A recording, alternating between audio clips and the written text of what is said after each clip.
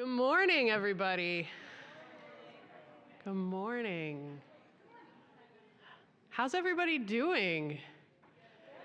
It's Friday. We are so close to the end of the semester. Or maybe it feels like it's really far from the end of the semester at this point. I don't know. I've only had a chance to meet a couple of you so far. I'm Dr. Connie Kasser. I'm the new chair of the Mandel Humanities Center. I just arrived here Monday last week, so I'm at the end of my second week, and so I'm just getting started as you all are just wrapping up, getting to the end of your second year. But I'm really excited that our paths have a little bit of time to cross before you leave and go do other things. I have to tell you, I am so impressed with what I've seen in the short time that I've been here.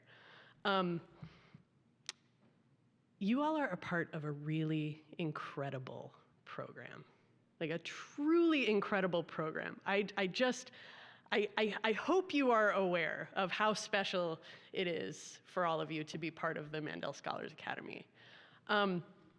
You're doing good and interesting and important work here. And the work that you're doing now is going to set you up to do really incredible things for the rest of your lives after you leave Tri-C. I'm confident in that, just from the little bit that I've seen. But you're not quite done. So today is going to be a full day, but I think today is going to be a really good day. Today, as you're aware, is one of the last big things that you're all going to be doing as a group before you go off and leave Tri-C. So today, as you go through the day today, I want to encourage you to think about what we're doing today as a way of kind of wrapping up and culminating your time as Mandel Scholars, wrapping up and culminating your time at Tri-C. You've had opportunities in your classes to think about big questions, right? And wrestle with big ideas, thinking about the human experience, thinking about the world and our place within it. And so you've done this in your classes, right? In your Mandel classes and maybe in some of your other classes, you've thought about these big ideas within the area of the academic study of the humanities, so things like philosophy, literature, history, right? You've asked these big questions in your classes, but then you've gone outside of class, right? Through your leadership activities, through mentors that you've interacted with, through other conversations you've had with your peers, with your classmates, with people out in the community, and you've been able to take those big ideas and apply them to your broader community. Whether that's your neighborhood, whether that's the greater Cleveland area, Northeast Ohio, whether that's somewhere else in the world, right?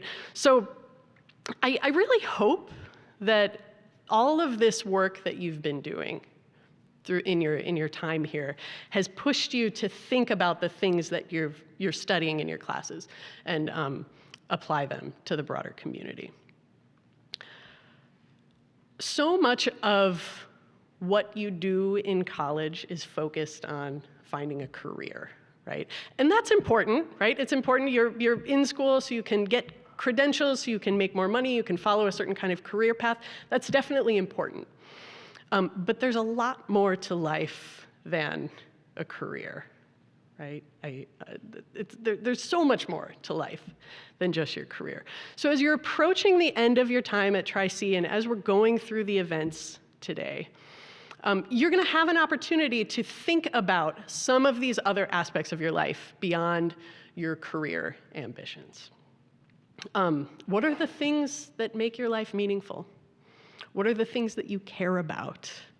What are the things that you're passionate about? What makes you excited? How can you be a better neighbor? How can you be a better member of your community, better member of your family, better member of whatever organization or group that you're a part of?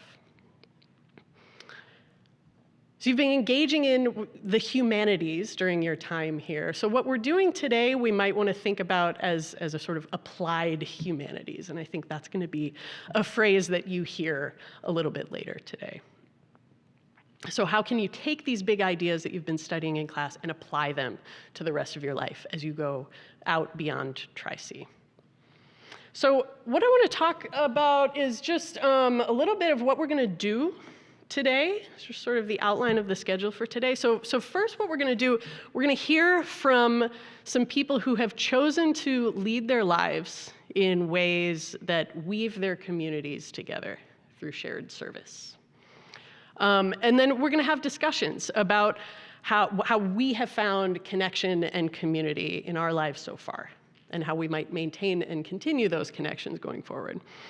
And then we're going to engage in a workshop to practice a skill that's really important in this community building, and that's the skill of listening.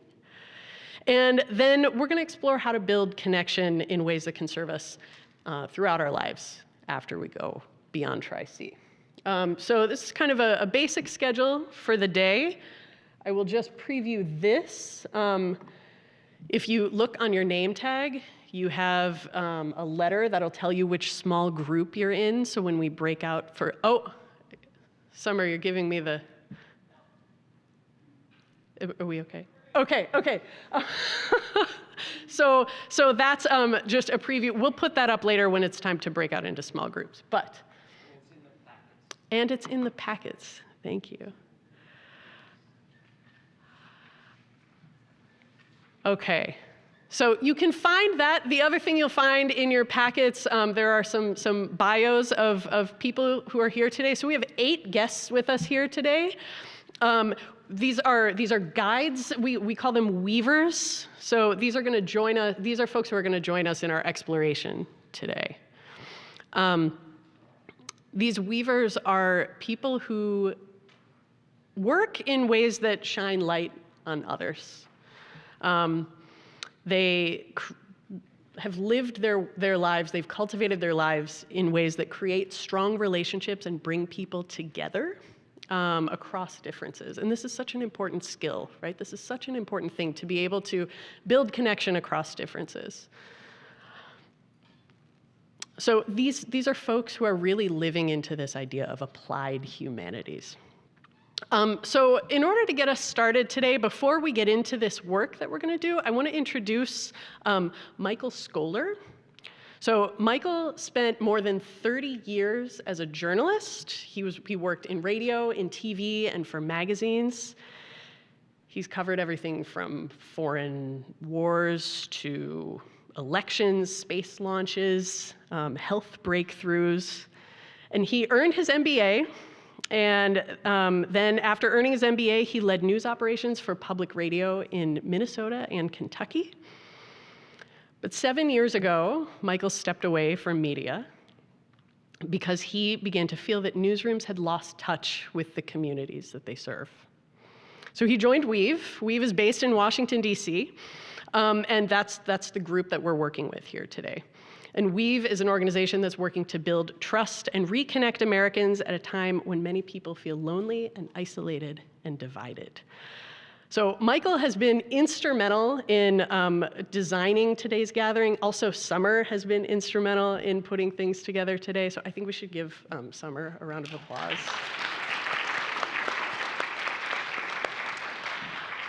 But Summer's been working really closely with Michael, and he's been working with us at the Mandel Center for 4 years. So, yeah, so 4 years. So let's give Michael a warm welcome.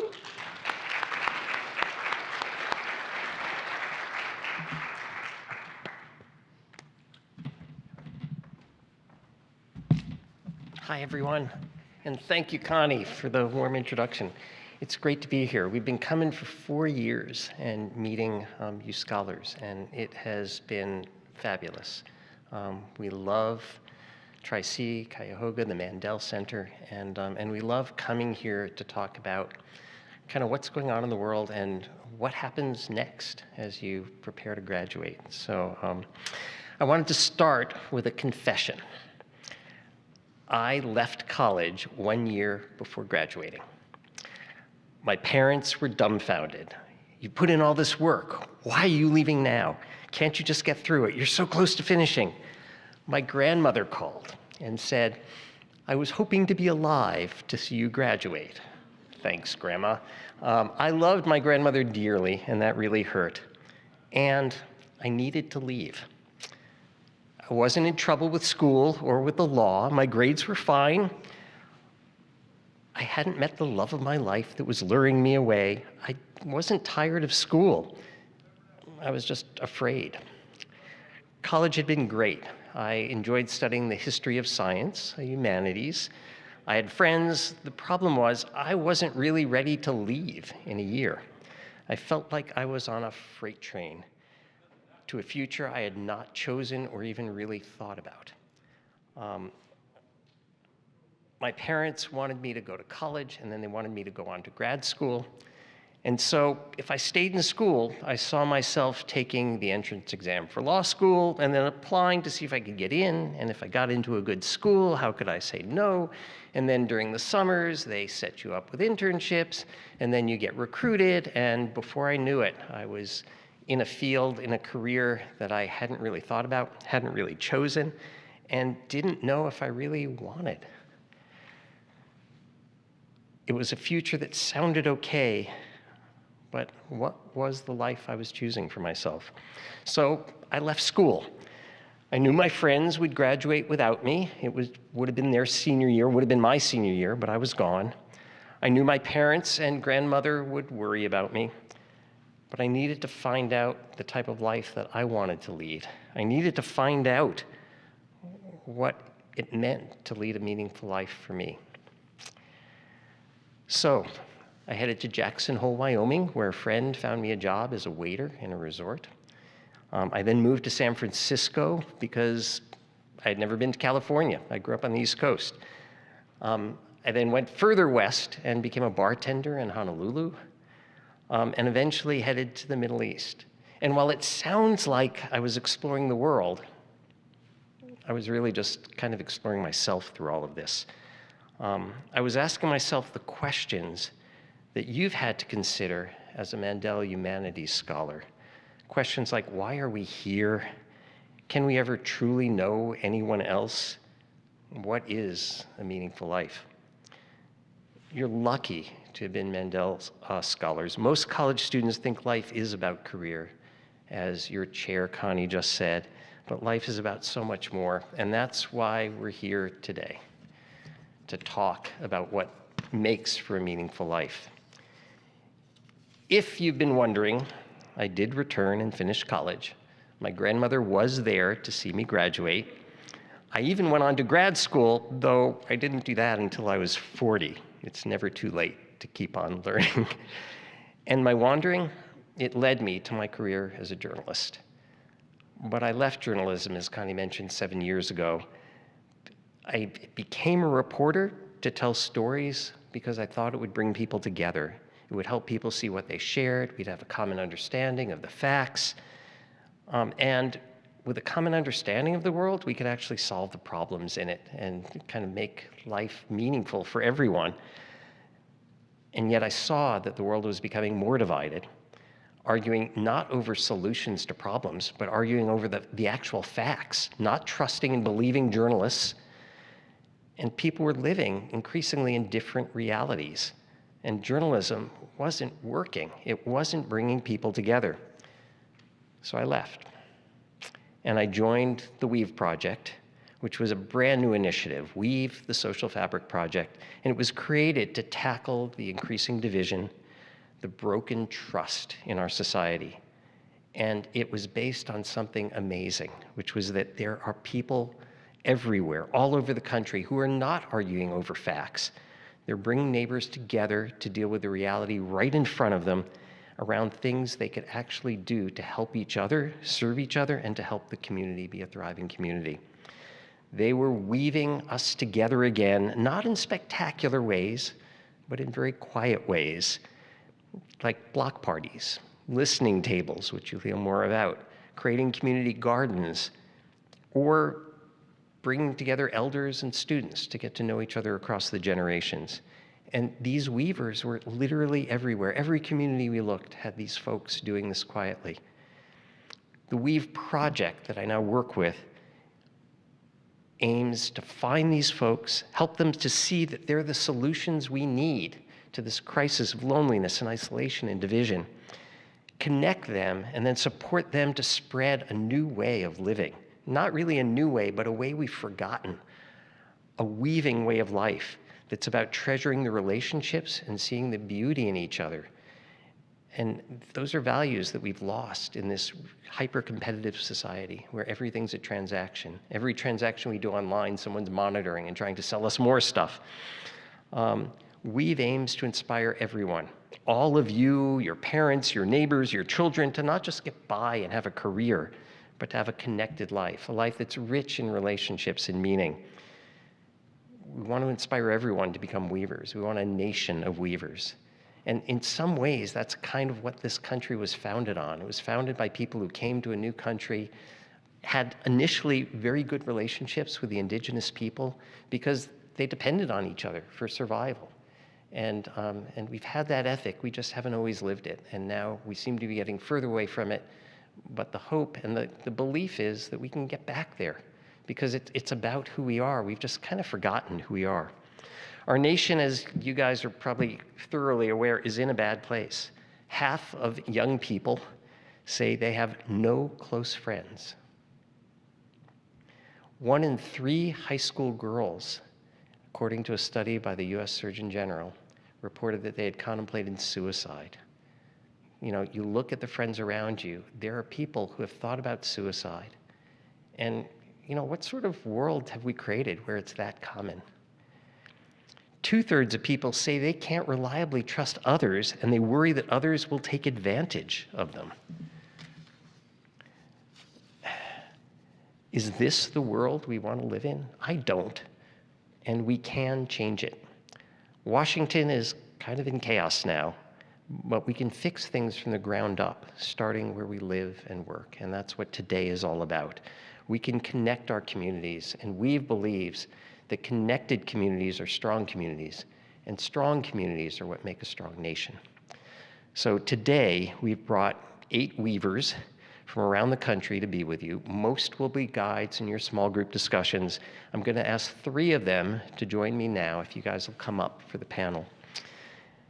And they're going to talk about how they've built a life worth living by really leaning into their own communities. So you'll meet them in just a moment.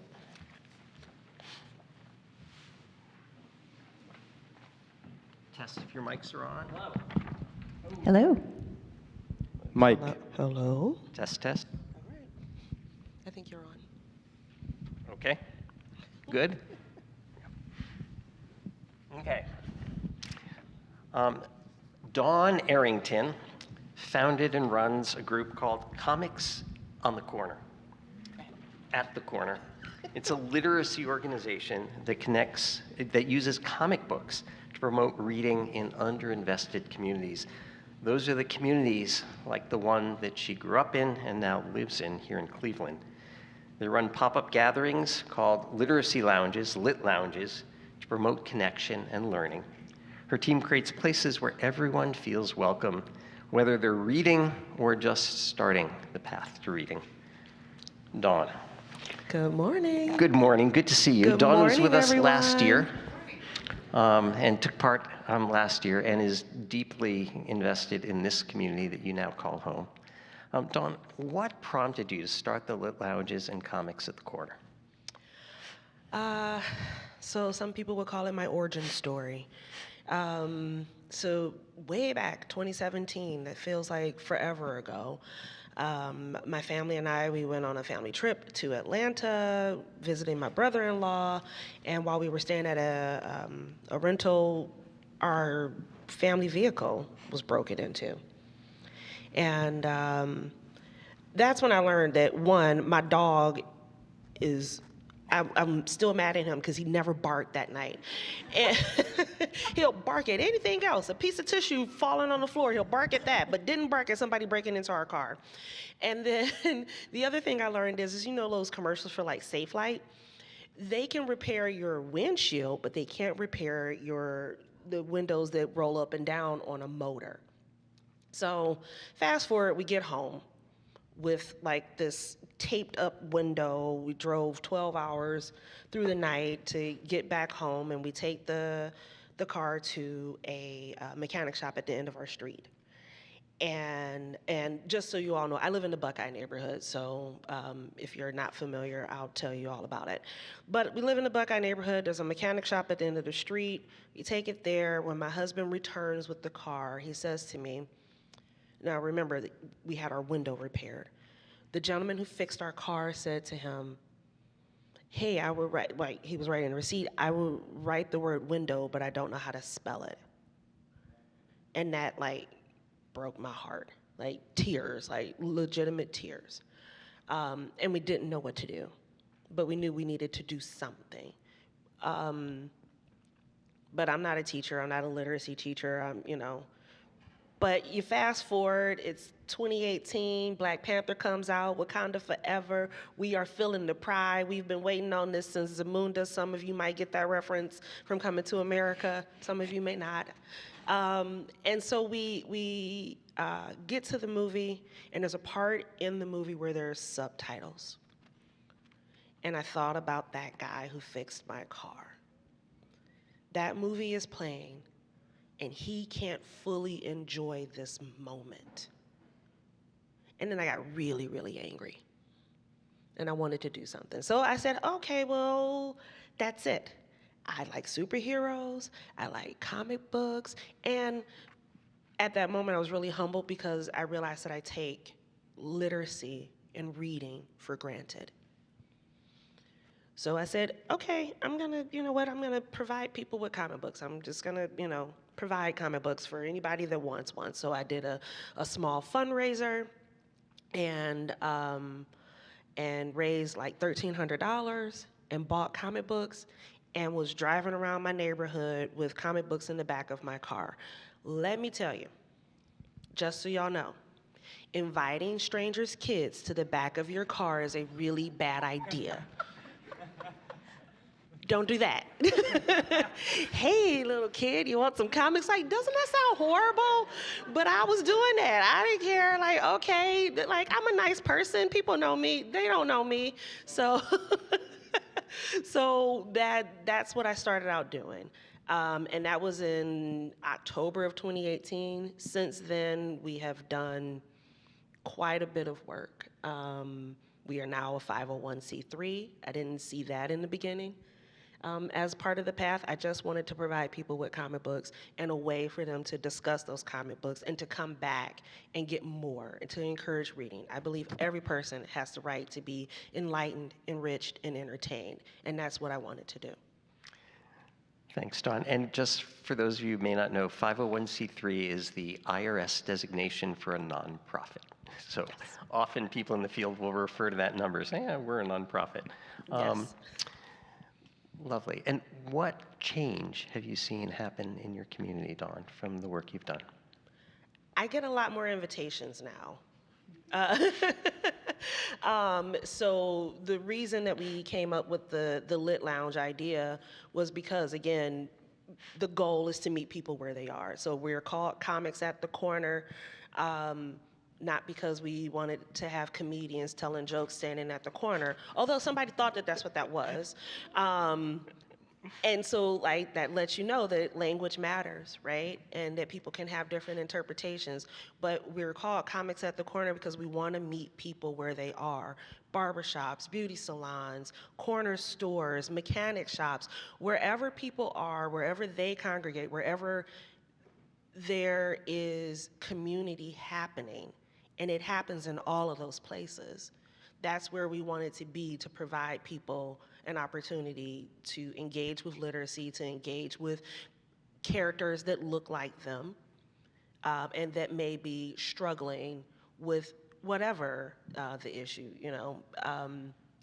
And so like the impact is now we are way more intentional around, and I say we because now it's a team, but now we're just way more intentional about how and where we meet people and creating spaces where even if I'm not there, we call them comic book reading nooks, where people can pick up comics or donate comics and have those discussions. And that discussion can continue on whether I'm there or not. And do you feel like the neighborhood's more connected because of it? I hope so. I hope so. I mean, we move at the speed of trust. And what that means is that it can be really slow going. It can be, you know, 2 people or 20 people, and you got to be okay with that. Who is there is exactly who's supposed to be there. And so, you know, I'm doing my part, and I'm providing space for people to find their people. Lovely. Thanks, Dawn. Orly Israel, I'll jump to you at the end. Orly's in from the West Coast today to be with us. Orly was a TV producer in LA, which sounds kind of exciting. Yeah? He was creating stories about people connecting, about relationships, about life, and yet he was feeling pretty isolated. So he did what any normal person would do. He set up a folding table in his neighborhood with a sign saying, "Here to listen." And he invited people to come by and was amazed when people actually sat down. And hundreds of people actually sat down. And Orly's been doing that, did that every week for years. You'll hear more about that later when he does a workshop on listening. Orly, what were you trying to learn when you set up a table in your neighborhood and just sat there waiting? Let me tell you. Hello, good morning, everybody. Good morning, Orly. Good morning, Orly. Yeah, wake up. I went out to practice listening because I did a workshop in a prison when I was volunteering where we talked about human connection, which is something a lot of people don't get, which is hard to imagine as someone who has a family and friends, how people don't get human connection. And at the same time, feeling isolated because people close to me don't connect to each other in healthy ways. And I got to see people who did in unhealthy ways that ended up in a really bad place. And I thought, oh my God, I'm seeing people's lives change through communication skills workshops in prisons. Why do they have to go to prison to learn how to stay out of it? What am I missing in my own life that's a prison of how I communicate, how I connect to people, just because I think, oh, I'm not in the worst situation, but I'm not trying to be in a better one. And I wanted to start with listening, the building block of our communication skills, by practicing. Because a teacher of mine told me, you cannot learn how to swim by reading a book about swimming. You have to get in the water, and you'll figure it out. So I set up this table to practice listening, and the first day, somebody stopped by, my next door neighbor, and she told me this incredible story of how she was struggling with the pandemic, had something wrong with a relative, and she couldn't talk to her own family about it because she didn't want them to see her differently. Her kids, she didn't want to look weak to her kids. She didn't want to lean on her husband too much. She didn't feel comfortable sharing, so she shared with me, basically a stranger. But after she shared, we weren't strangers anymore. And then I did it again and again and again, and every time people would come to me and share these incredible stories. A 20-year-old college dropout, Ali, came to me on the beach, and we spoke for an hour of really just me listening. And struggling to listen, because it's an hour of sitting there through awkward silences, knowing that he's thinking, not trying to fix anything, but practicing the skill of listening. And at the end of the conversation, he says, nobody has ever given me more than 10 minutes to talk about anything without trying to fix it, without trying to interrupt me, without trying to switch the topic. He says, I have friends, but no one's ever given me the time. And just by telling my story, I understand it more now. I never put the different places I've lived and the different fathers I've had and the tragedies, I've never put them all in the same place so I could see how my life has progressed. And it's these moments like that, or with the high school students who have come up, one who saw me the first day I set up near high school. 3 years later, I'm sitting on the beach, and this girl comes out of beach volleyball practice. She says, I saw your table 3 years ago, and I never saw it again because you never set up there, and I was waiting to talk to you, and I can't tell anybody that I'm struggling with this drug addiction that I I can't tell my sister, I can't tell my friends, I don't know what to do, and I don't know who to tell about it. And what I learned is that just being there for somebody else, I came to practice my own skills of how to be there for someone else. It wasn't even for other people. It was for me to practice something and how I could gain a skill and help other people and help the community while they helped me learn about myself as a person who showed up, was what I learned. Thank you. And you'll be hearing a lot more from Orly in session 3. Are you guys beginning to see a little trend here? A woman who lures little children to the back of her car to give them comic books? Orly sitting outside with a sign to have strangers come by. You know, it's not hard, but it can be a little awkward to be a weaver. Vivian Best is an educator. She's a math specialist, so if any of you are having trouble with math before final, come check out Vivian. And she's really a people connector. When she became a mom, she felt overwhelmed and isolated, so she invited other mothers to gather regularly for support. One thing led to another, which is often what happens when you start weaving, and now she's helping women in and around Austin, Texas, create weekly support groups, find friendships, and feel a sense of belonging and community. Vivian, is this what you expected to be doing? I don't think I ever expected my organizing to be around motherhood. I think when I went into motherhood, I took all the classes, and I was feeling extra prepared. I was 33 when I became a mom, and it was, my daughter was totally planned. I was going to have a home birth. It was going to be excellent, and at the end of it, like 6 weeks after my daughter was born, my parents had left. I'm 5,000 miles away from my hometown in a community that I'd lived in for a decade, but where all my friends were back at work. And I didn't want to go swing dancing anymore. I was too tired. I was nursing. I was keeping a baby on my body because anytime I removed her from my body, she would cry. So I would put her back on my body. And my husband went back to work. And I'm like, what has my life become? I am highly educated. I have always wanted to be a mom. And this is terrible. What am I going to do? And so I reached out on social media because I have a lot of friends in many, many places.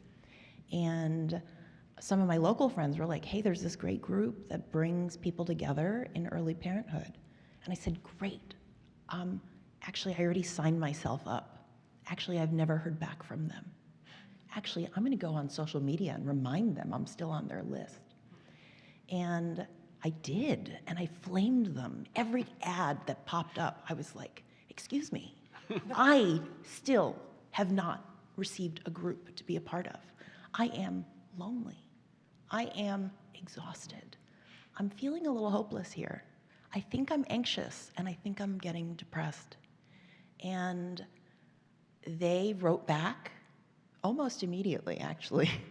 And they were like, we don't have any leaders in your area. And I countered with, what does it take to be a leader in my area? They came to my home and gave me a 4-hour training in my home with my baby on me. And they passed me a stack of paper, like an inch thick, 8-point font, guys, of families that wanted connection and didn't have a group leader in their area in my city. And I looked at that list and I started calling. And I also, I'm shameless. I will make friends with anyone holding a baby. I will look at them and I'll be like, these days I'll tell them about a book called How to Not Hate Your Husband After Kids. It's a resource that wasn't around when I was actually going through it. But I went to mom baby yoga and I invited people into my group. And anywhere I went where I saw anyone with a baby, I invited them in. As a first-time mother, I had 2 groups of 15 women that gathered every week for 4 months. And we told stories, and we cried, and we were exhausted. And eventually the kids did grow up. And so 10 years later, I'm still on those text chains, and I'm still gathering people together because those early experiences helped me realize that, gosh, we're all suffering, and we're all suffering in so many unique ways. Maybe, single moms, maybe people losing jobs, life happens, and we all need opportunities to see each other, and we need opportunities to listen and be with other people in transition. Transitions are really lonely moments. Graduations are really lonely moments. And we need to have times where we gather, where we can talk, where we can reflect, and where we can build more together. So, thank you. Thank you, Vivian. You're getting a sense that, this is powerful. Anyone can do it, but it does sound a little awkward at the start. Your Vivian was calling these strangers from a list that may not have been responded to for weeks or months. So I'm going to ask each of you, and I'll start with you, Vivian. How do you find the courage to start bringing people together, especially in this day and age when people are distrustful of motives? Why are you calling me? Are you trying to sell me something? Are you a drug dealer? How do you find the courage to start breaking this norm, sadly, that we've got this norm of isolation and privacy? I like to think of it as the importance of invitations. Like, it's so nice to be invited to do something. And at all these different points in my life, I think about all the moments when, I would have really liked to have just been invited to a new moms group by somebody. I would have really liked it to have just been invited to book club, invited to a museum opening, invited to something. And I just keep extending invitations. I think creating opportunities in our lives to invite people in, inviting people for a walk, inviting people for coffee, inviting people to a group. I think it's important to keep inviting.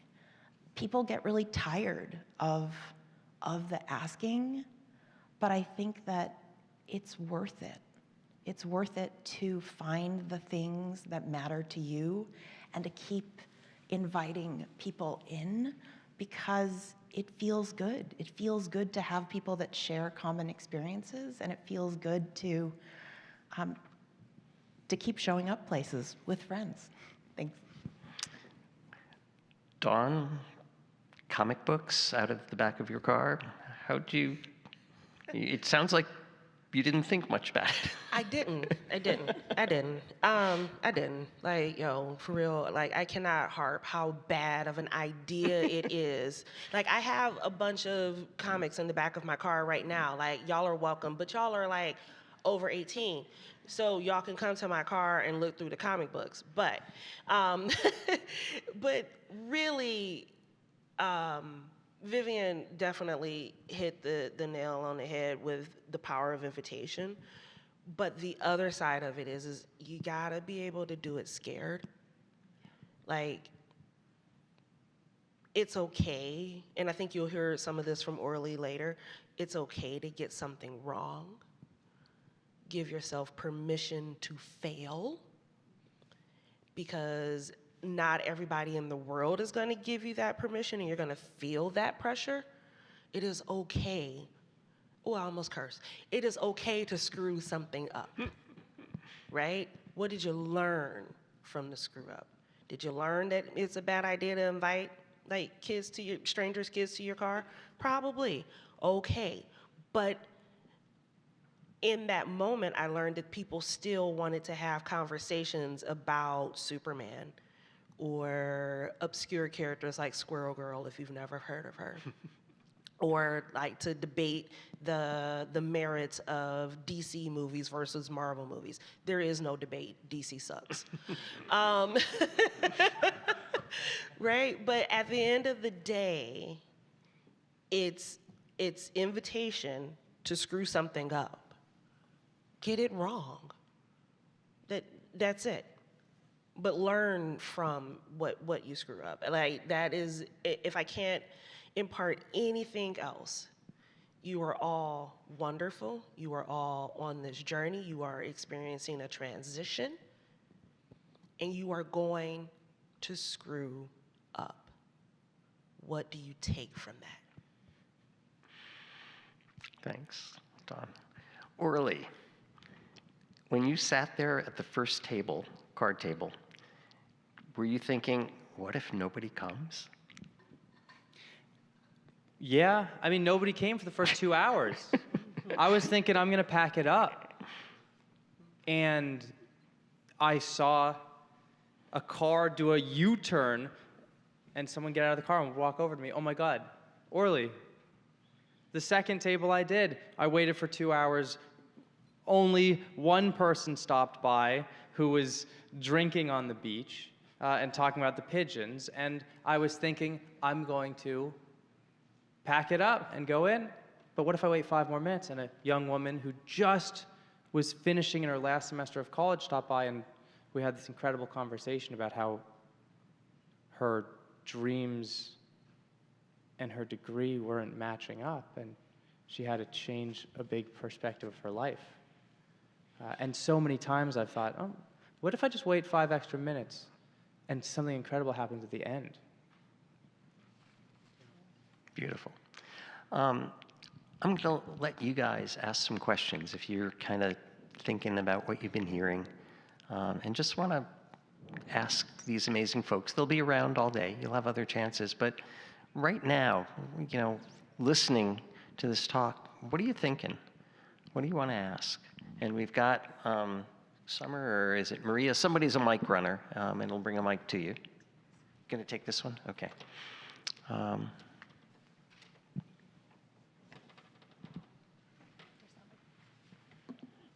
Once you get the mic, go for it. Okay.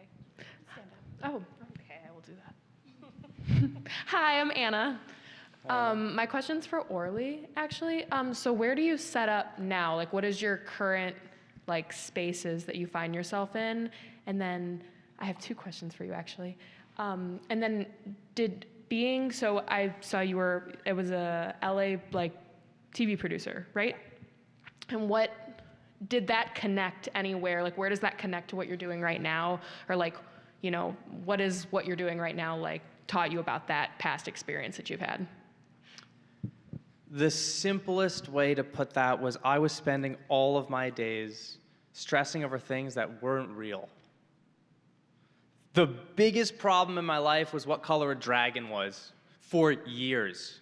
Years. Is it blue? Is it red? It's both. It has to transform. I can't figure out how it transforms. That was the biggest problem in my life. If it disappeared, nothing would change about the entire world. That's how I wanted to find meaning. That's how I started volunteering. And I wanted to get into TV because I struggled with a lot of loneliness and seeing people miscommunicate so painfully in my own life that I want to inspire people, young people who watch TV, instead of talk to people like myself, to have better connections. Now, I started the listening table because I wanted to practice, because I'm a fail-first kind of guy. And I would just do it anywhere that was new at the beginning. I would do it at the beach, I would do it in my neighborhood, I would go down the boardwalk. There's a lot of places in LA that are great to set up folding tables where people walk, and I would learn good places. And eventually I'd gone to so many places, I was like, I have to drive 45 minutes for a new place. And look, I've been kicked out of neighborhoods. I've had people flip my table over and tell me not to come into that neighborhood. I've had police officers show up and go, this is great. I've done a road trip around the country where I set up in different cities. So I have taken it all over the place, and students have done it at schools, and they get the same results. The first table, only one person stops by. I'll tell you about Edwin Ortega in El Paso, Texas. He says the first table, no one stopped by, just a friend of his. The second table, just another friend of his stopped by. The third, he would do this at lunch on Fridays. The third table, too many people for him to listen to, stopped by the table. At the 6th week, the news came to the school. Edwin Ortega is doing something incredible. And then 3 more schools in his area were like, we want to do this too. It takes the time to do something weird. And he calls me one day, he says, I think I'm doing it wrong. I think I'm listening wrong, I'm judging people, I'm struggling. I don't know if I'm doing it right. And I say, I didn't, I still don't. But that's because I showed up to do it. And I just like to do it in my neighborhood now because I don't want to drive too far. But these are listening tables. I realize it's not about going out and setting up on the beach. It's about creating space where you are. Thank you. Other questions? Over here.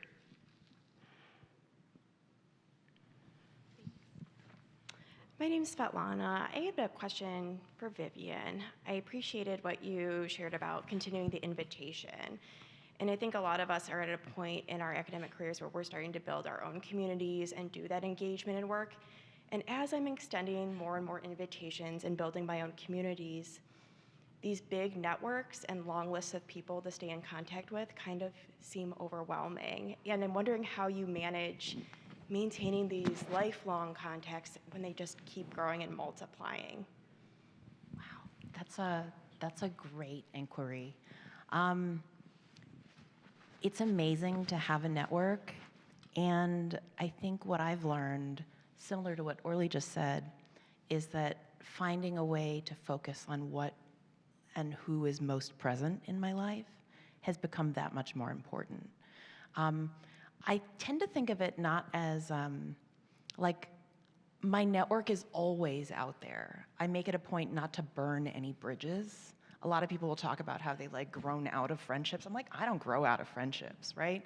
They just maybe haven't heard from me in a while. But anytime I'm in a city, like tomorrow, I'll be reaching out to a college friend and hanging out with her here, even though I haven't seen her in decades.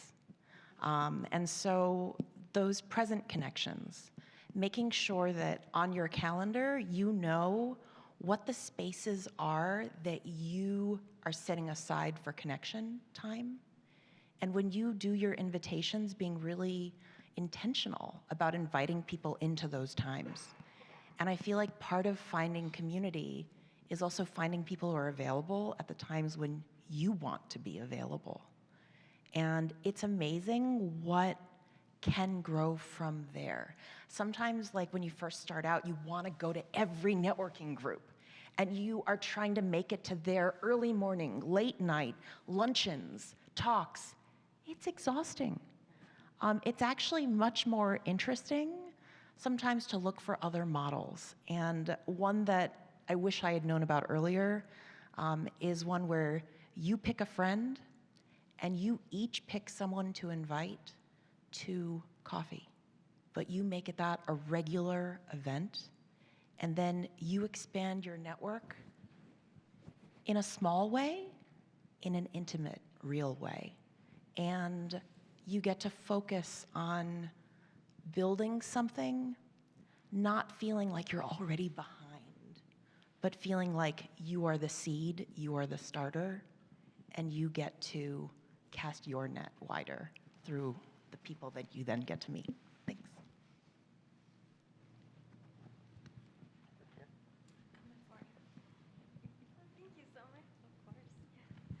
So I'm from Mexico, and when I used to live there, I used to have a big network of people that I would hang out around, like musicians and filmmakers and people like that.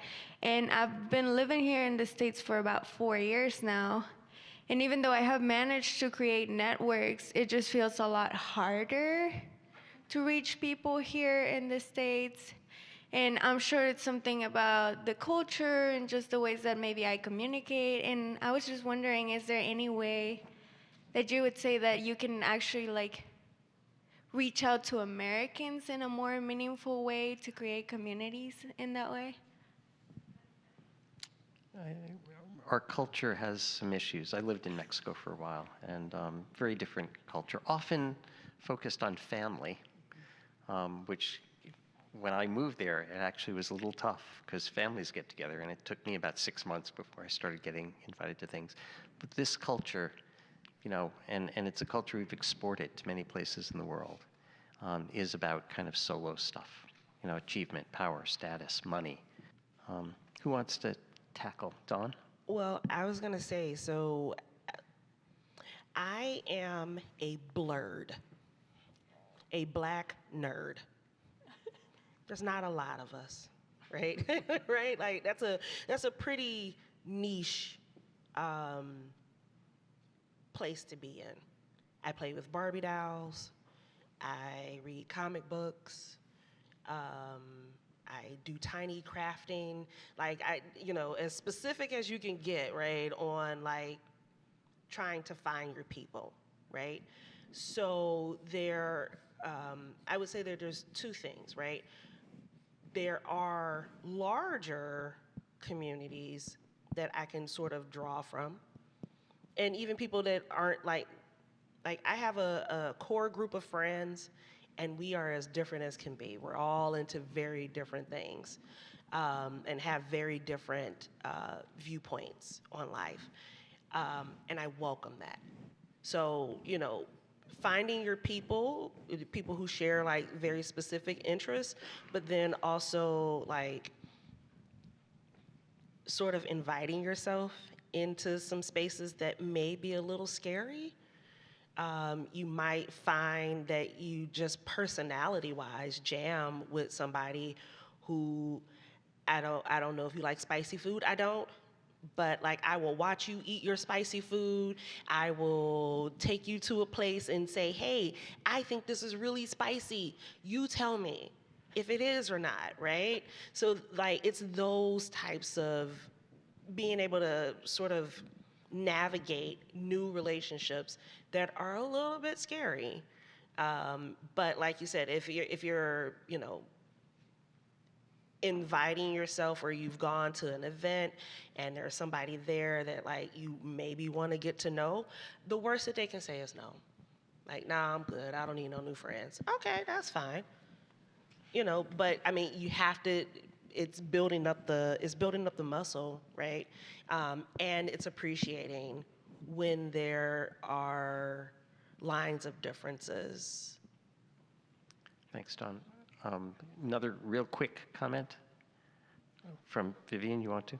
Yeah, I would just recommend there's a book called Friendships Don't Just Happen by Shasta Nelson, if you're familiar with it already, maybe? You're nodding.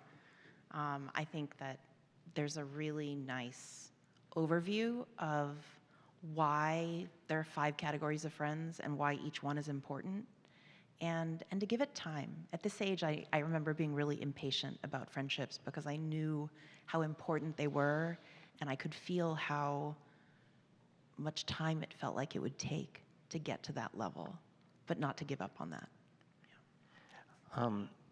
As someone mentioned, we'll take one more question, but as one of you guys mentioned, was it you, Vivian, that graduation is a lonely time. It's a transition point. You guys are going to be moving to other places, other schools, into jobs, maybe, you know, going to other countries. It's a hard time, and that's why we've been working with the Mandel Center to hold this, because a lot of what happens at these transition moments are you need to make a choice to build community. And you've heard it's awkward and it can be scary and all of that, but this is an opportunity, and that's why we're talking about it today. One more question here, and then we'll wrap up. And we'll do short answers. Okay. Yeah, my question is to Orly and Dawn. I wanted to ask Orly, do you think social media, like, is it doing like a good job trying to bring people together, like, because I see some people connect differently now, especially with our memes and pages that they follow. And that's the same with Dawn. Like, do you think, like, is it way better to do those connections with based on a sense of interest, like a favorite superhero or favorite comic book, or is it much better to just do it like face to face, like in person? In community, yeah. Orly or Dawn, you want to start? Again, brief. Yeah, face-to-face is always like the top tier, right? I used to coach and teach people how to raise money, how to ask people for money.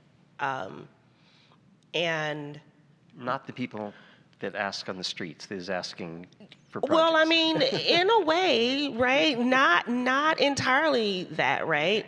Because the question that I would ask people all the time is like, you know, why do you give?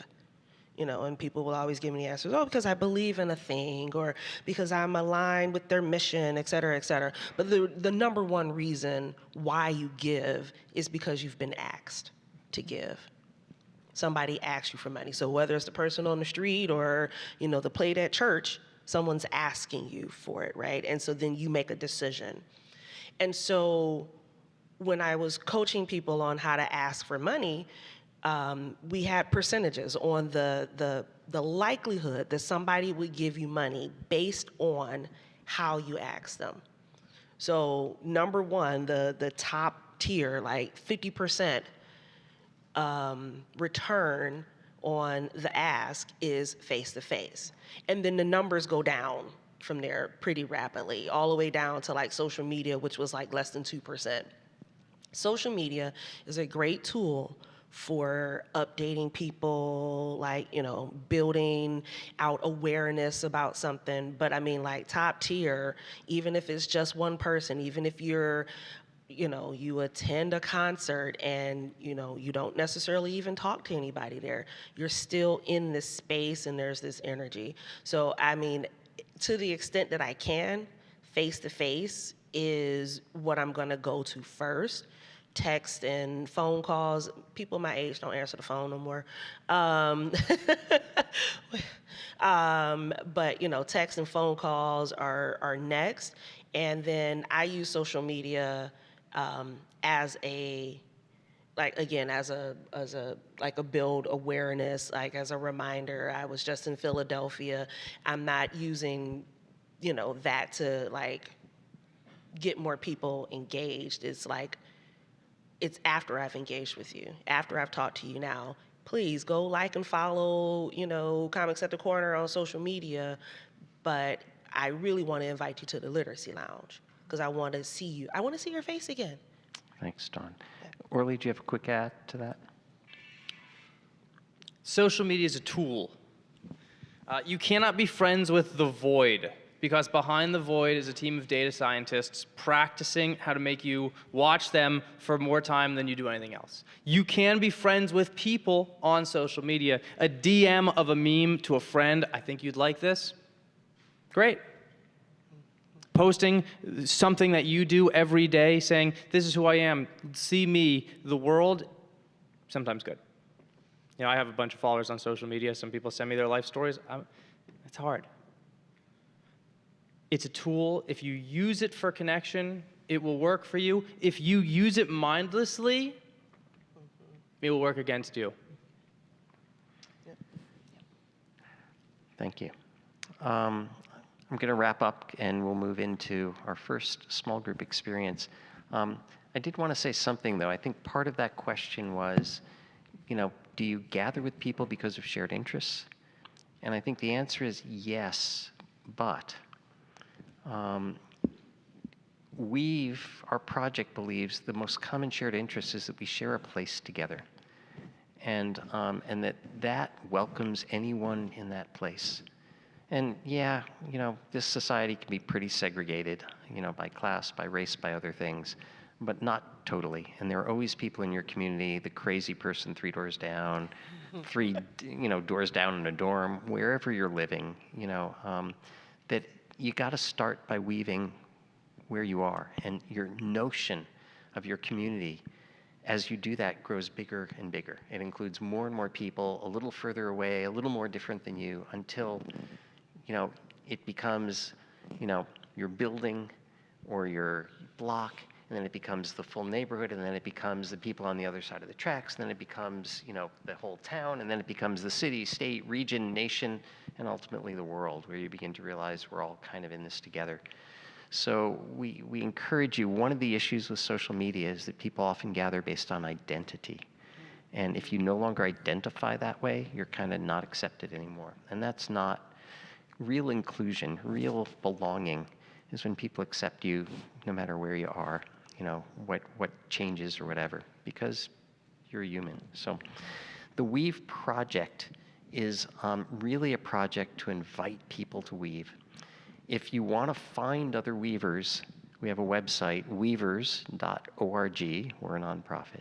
You can go to and find all sorts of resources. We actually have a newsletter that goes out weekly where we tell stories about comics at the corner or about the listening table. That we profile stories of what people are doing in their communities. So if you want to find peer support online, not with people locally, but people across the country, for peer support to say, hey, you can do this too. Here's some ideas we tried. Go to weavers.org, sign up for the newsletter. You'll start hearing stories, and it might give you ideas of what you can do. We have an hour. We want to get you into small groups with these weavers and other weavers that you're going to meet. So enjoy the day. We'll wrap up at the end of the day. Thanks for coming out on a Friday morning to join us. And life is good. Lots of problems out there. We're not going to be naive, but we actually have tools to make it better. Thank you. Instructions? Thank you. Can we advance to the slide that has the room assignments? It's the third one, I think. Everybody, maybe a round of applause to thank our panelists. You can go to the next slide, please. So for the next session, we're going to be moving upstairs. You each have a letter on your name tag. That's your small group assignment. You've been randomly assigned. Each group will be working with one of our guest weavers. You may be working with one of the panelists up on the stage or some of the other weavers that are around the room. Your room assignments are listed here. We only have like 3 or 4 minutes for everybody to get upstairs and into their proper room. If you need help finding your weaver or your room assignment, I'll be standing at the back, okay?